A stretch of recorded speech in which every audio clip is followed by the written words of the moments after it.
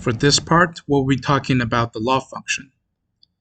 If you're familiar with the CAD software, you may already know that loft function helps you to create a surface with a series of curves. So if we want to do it in EXModel, the first thing we want to do is to get those curves with the multiple section tool. Now here, let us make a series of sections forward, give it a reasonable spacing, and make sure you generate freeform curves. Take preview. Looks okay. Then let's create. Okay, now we have the curves.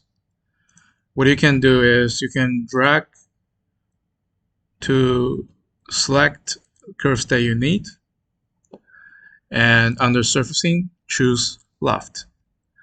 The software will automatically do the Loft function for you.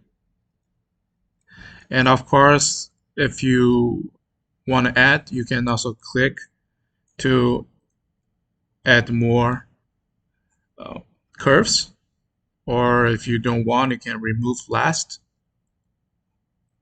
Another thing is you can actually click here to do a ruled surface so that you can break the continuous of the surface to make it ruled.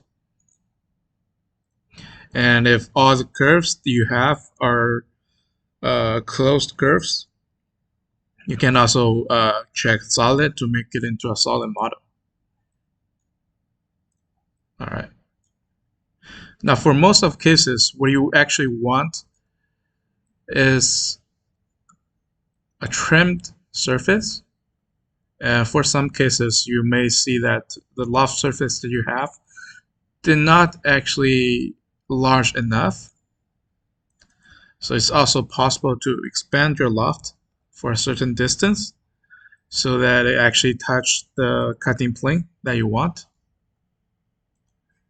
Of course, if it's a ruled surface, it will be more regulated.